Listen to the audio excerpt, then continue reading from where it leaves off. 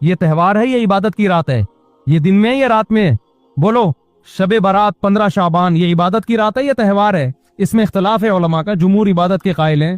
تو عبادت کی رات ہے تو عبادت کی ہے نا, لیکن وہ دن میں ہے یا رات میں ہے؟ وہ رات میں ہے. تہوار کب ہوتے ہیں؟ دن میں ہوتے ہیں اسلامی. اور عبادت کی راتیں کون سی ہوتی ہیں؟ وہ رات میں ہوتی ہیں. سمجھتے ہو کہ نہیں سمجھتے ہو؟ عیسائیوں کے ہاں, یہودیوں کے ہاں الٹا ہے. ان کے تہوار کب ہوتے ہیں؟ رات. وہ رات میں جشن کرتے ہیں. تو آپ عید میلاد النبی میں چراغاں کر رہے ہو رات میں, منا کب رہے ہو؟ رات میں. یہ تو ویسے ہی عید کا جو اسلام نے کانسیپٹ دیا اس کے بالکل اگینسٹ ہے. یہ یہود و نصارہ کا طریقہ ہے رات میں منانا. اور اس میں ایک حکمت بھی ہے. راتوں میں اگر آپ کو تہواروں کی اجازت دے دی جائے نا, تو راتوں میں اس طرح کی ایکٹیویٹیز سے گناہ کی طرف جانے کا خطرہ زیادہ ہوتا ہے. تبھی عیسائیوں میں کرسمس میں گڑبڑیں بھی بہت ہوتی ہیں, شرابیں بھی پی جاتی ہیں, بہت کچھ ہوتا ہے. اسلام نے صبح صبح اچھے بچوں کی طرح رات کو جلدی سو جاؤ, صبح صبح نہا دھو کے مسجد آؤ, مصلی آؤ, عید ملو, کھاؤ پیو, موج مستی کرو, پتلی گلی سے نکل جاؤ. تو اس میں موج مستی میں شراب کباب آتا ہی نہیں ہے نا, آئے گا ہی نہیں, کیونکہ وہ تو راتوں کے کام ہے. شراب کباب دن کے کام تھوڑی ہے.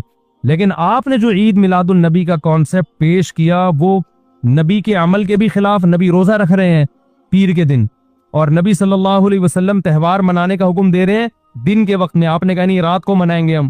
نبی صلی اللہ علیہ وسلم نے ہمیں کہا کہ لِكُلِّ قَوْمٍ عِيدٌ وَلَنَا عِيدَانِ, ہر قوم کے لیے ایک دن عید کا ہوتا ہے, ہمارے لیے 2 دن. آپ نے کیا کر دیے؟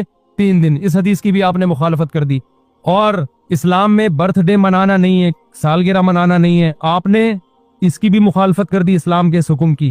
پھر اسلام نے عیسائیوں کے لیے ہفتہ تھا, یہودیوں کے لیے ہفتہ تھا, عیسائیوں کے لیے اتوار تھا. اسلام نے نبی کے یوم ولادت کے بجائے کوئی اور دن مبارک کر دیا. آپ نے اس حدیث کی بھی کیا کی؟ مخالفت کر دی. تو آپ تو مخالفت پر مخالفت کرتے چلے جا رہے ہیں, قرآن و سنت کی, نبی کی سیرت کی. پھر نبی کی زندگی میں درجنوں بار ربیع الاول آیا, صحابہ کی زندگی میں, ابو بکر کی زندگی میں, عمر, عثمان, علی رضی اللہ عنہم, اہل بیت کی زندگی میں, تابعین کی زندگی میں کوئی ایک ضعیف روایت بھی نہیں ہے کہ کسی صحابی نے ربیع الاول کی مبارکباد دی ہو یا کوئی عام معمول سے ہٹ کے کوئی کام کیا ہو. ایک چراغ جلایا ہو, ایک موم بتی جلائی ہو, یا کوئی حلوہ پکایا ہو, یا کوئی مٹھائی کھلائی ہو کسی کو, ضعیف روایت بھی نہیں ہے. تو یہ تمام دلائل اس بات کا تقاضا کرتے ہیں کہ جو کچھ ربیع الاول میں ہم اور آپ کر رہے ہیں وہ اسلام کی تعلیمات نہیں ہے, وہ سراسر A to Z کیا ہے؟ بدعت ہے. ویسے بھی اگر یہ اسلامی تہوار ہوتا نا تو خوب سمجھ لو, دنیا میں جتنے بھی مذاہب ہیں ان کا 20 مسئلوں میں اختلاف ہوتا ہے, تہواروں میں ان کا اختلاف نہیں ہوتا. عیسائیوں میں جو لبرل عیسائی ہے نا وہ بھی کرسمس کے موقع پہ کرسمس مناتے ہیں, تہوار پوری قوم مناتی ہے. ہندوؤں کی جو ہولی کا دن ہے وہ پوری قوم کے لیے ہے کہ نہیں ہے؟ 20 فرقے ہوں گے ہندوؤں کے, ہولی میں سب متفق ہیں. یہی وجہ ہے کہ مسلمانوں کے جتنے فرقے ہیں عید الفطر میں سب کیا ہے؟ متفق. یکم شوال, ہاں اس کی تعین میں پشاور کا شوال الگ شروع ہوگا, ہمارا الگ ہو, وہ ایک الگ بات ہے, لیکن ہے کیا؟ فرسٹ شوال. بریلوی کیا, دیوبندی کیا, اہل حدیث کیا, شیعہ کیا, سنی کیا, جتنے فرقے ہیں سب کا اتفاق ہے بھئی تہوار کب ہوگا؟ یکم شوال کو. کیوں؟ تہواروں کے معاملے میں مذہب کنفیوژن نہیں چھوڑتا, کنفیوز نہیں, کیونکہ نبی نے منایا نا تہوار, ساری دنیا نے دیکھا, تو وہی فرسٹ شوال کو منا رہے ہیں. اور دوسرا تہوار ہے 10 ذی الحجہ کو جو بقرعید ہے. پوری دنیا میں کتنے ہی مسلمانوں کے فرقے ہوں, بقرعید کب منائی جاتی ہے؟ 10 ذی الحجہ. کرسمس کب منائی جاتی ہے؟ 25 دسمبر کو. ہندوؤں کی ہولی کا بھی ایک خاص تاریخ ہے, سکھوں کے جو ایک تہوار ہے اس کا بھی ایک خاص دن ہے, اس میں کوئی اختلاف نہیں ہے. اگر عید میلاد النبی مسلمانوں کی سچی مچی کی عید ہوتی, تہوار ہوتا, اس میں اتنا اختلاف نہ ہوتا. اتنا اختلاف ہے, پورے سعودیہ کی ایک گلی میں بھی کوئی ایک بتی بھی نظر نہیں آئے گی آپ کو. ایسا ہے کہ نہیں ہے؟ پاکستان میں گھر گھر سجے ہوئے ہیں, پورے مکہ مدینہ میں, ریاض میں, جدہ میں کہیں بھی ایک بتی بھی نظر نہیں آئے گی, ایک چراغ بھی نظر نہیں آئے گا. یہ کیسا تہوار ہے؟ پورے عرب دنیا میں کہیں بھی نہیں منایا جا رہا, انڈیا پاکستان میں دھوم دھام سے منایا جا رہا ہے. یہ خود اس کی علامت ہے, اتنا بڑا اختلاف ہونا کہ یہ تہوار نہیں ہو سکتا. پھر پاکستان میں بھی کھارا در میں منایا جا رہا ہے, ڈیفنس میں نہیں منایا جا رہا. کراچی میں کم منایا جا رہا ہے, چھانگا مانگا میں, چیچا وطنی میں زیادہ منایا جا رہا ہے. معذرت کے ساتھ, چیچا وطنی میں نہیں, یا کچھ کسی اور علاقے میں, سمجھ رہے ہو؟ پھر جو پسماندہ علاقے ہیں ان میں زیادہ منایا جا رہا ہے, پڑھے لکھے علاقوں میں کم منایا جا رہا ہے.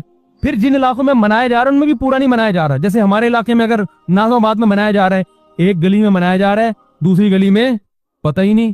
پھر جس گلی میں منایا جا رہا ہے اس گھر میں منایا جا رہا ہے, پڑوسی کے گھر میں نہیں منایا جا رہا، تو یہ اس کی علامت ہے بھائی، یہ تہوار اگر ہوتا تو ساری دنیا کے مسلمان اس پر متفق ہوتے۔ کھوپڑی شریف میں بات آ رہی ہے کہ نہیں آ رہی ہے؟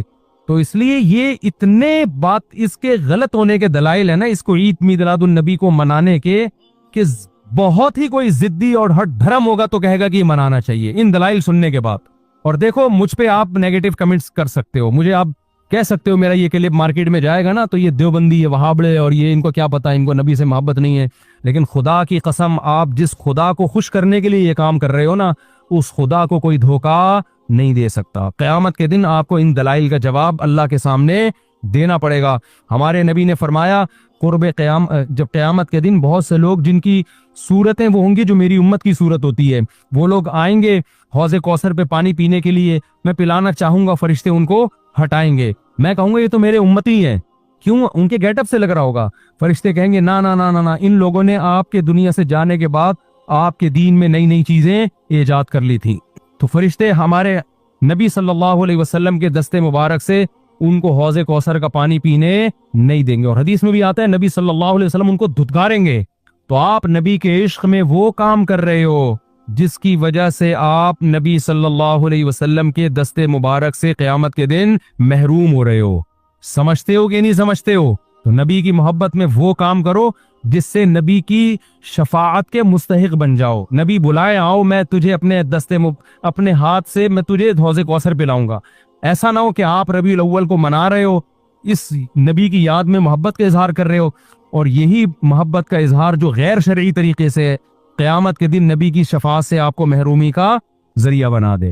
سمجھتے ہو کہ نہیں سمجھتے؟ باقی کمنٹس ایسے جب کوئی کلپ جاتا ہے تو بہت لوگوں نے الٹے الٹے کمنٹس لکھے ہوتے ہیں، وہاں بڑے اور یہ، اور لکھ دو بھائی، گورنمنٹ کی طرف سے کوئی پابندی نہیں ہے، ہم بھی میدان حشر میں جائیں گے، آپ بھی میدان حشر میں آؤ گے۔